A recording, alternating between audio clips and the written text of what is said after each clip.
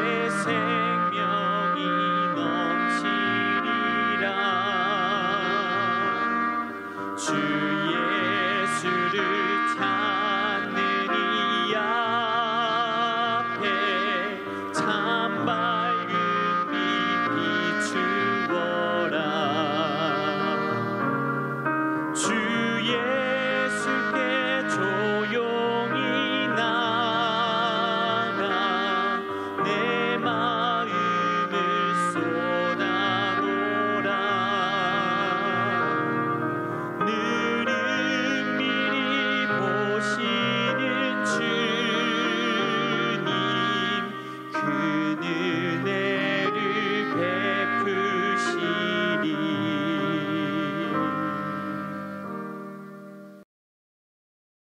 샬롬, 귀한 하루를 말씀 묵상과 기도로 시작하는 우리 귀한 식구들에게 하나님 우리 아버지와 주 예수 그리스도로부터 은혜와 평강이 풍성하기를 축복합니다. 오늘 묵상하실 본문 말씀 히브리서 11장 32절 같이 읽겠습니다. 내가 무슨 말을 더하리요? 기드온, 바락, 삼손, 입다, 다윗 및 사무엘과 선지자들의 일을 말하려면 내게 시간이 부족하리로다. 아멘. 가나안 정복의 여리고성에 들어가기까지의 믿음이 사람들로 하여금 어떻게 하나님의 역사에 쓰임받는 삶을 살았는지, 자, 그게 이제 31절까지 기록이고요. 이 기록을 하면서 내가 무슨 말을 더하리요? 라는 표현과 함께 이제 포괄적인 내용으로 이제 변경이 됩니다. 히브리서 11장의 기록의 형식이 역사적 순서들을 따라 이렇게 기록해 왔죠. 여리고성과 그 성의 기생 라합까지 기록하신 이후에, 자, 그 역사에 대해서는 이제 앞의 형식처럼 기록하면 너무 양이 많다. 그래서 개별적으로 기록할 수 없다. 이렇게 말씀하시는 거죠. 자, 이 말씀은 믿음으로 살아가면 그만큼 다양하게 하나님의 위대한 역사를 경험하게 되는 것이야 라고 하는 의미를 담고 있습니다.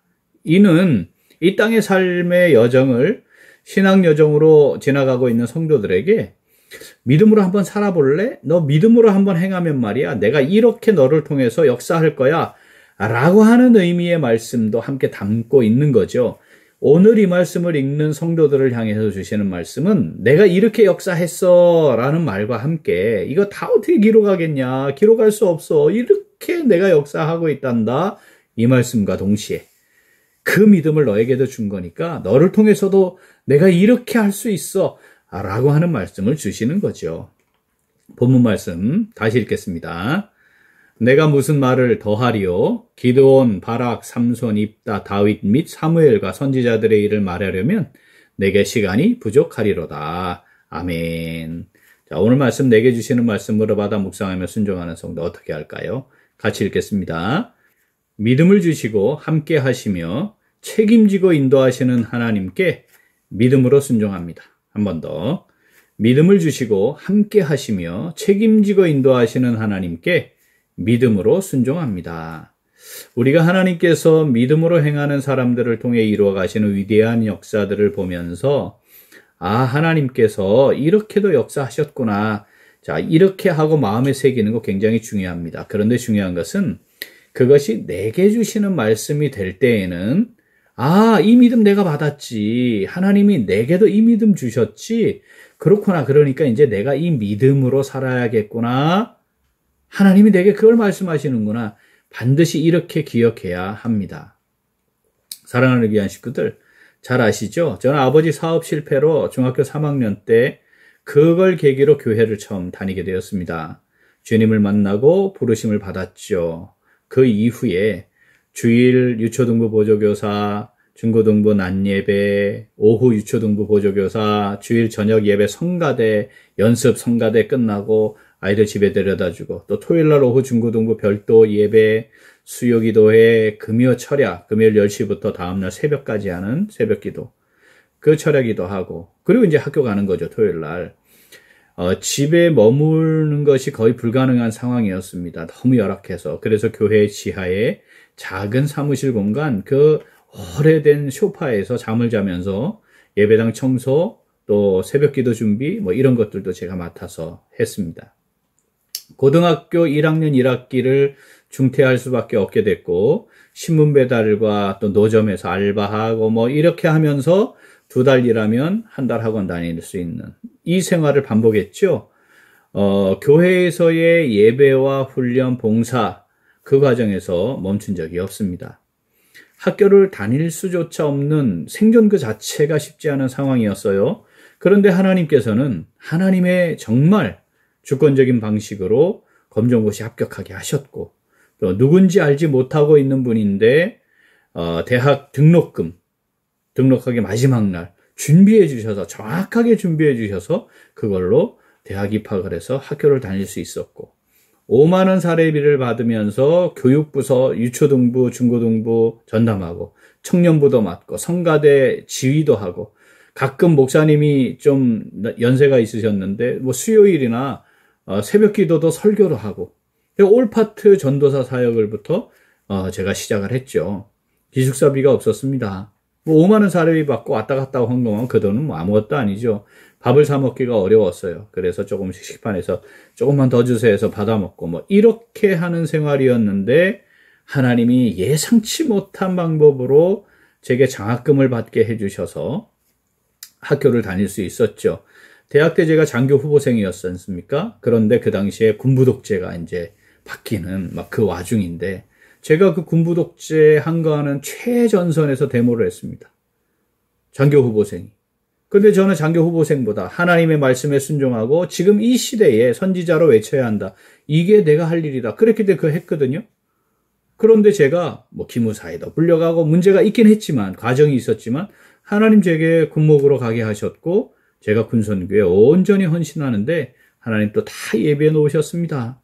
대학 다닐 형편조차 되지 않았죠. 공부하는 거 제가 너무 싫어하는 사람인데 하나님이 장학금 다 준비해 놓으셔서 석사, 박사 마치게 하셨고 우리나라에서 최초로 군선교학 이런 과목이 만들어지고 그것을 처음으로 총신해서 7년 동안 강의도 하게 하셨습니다.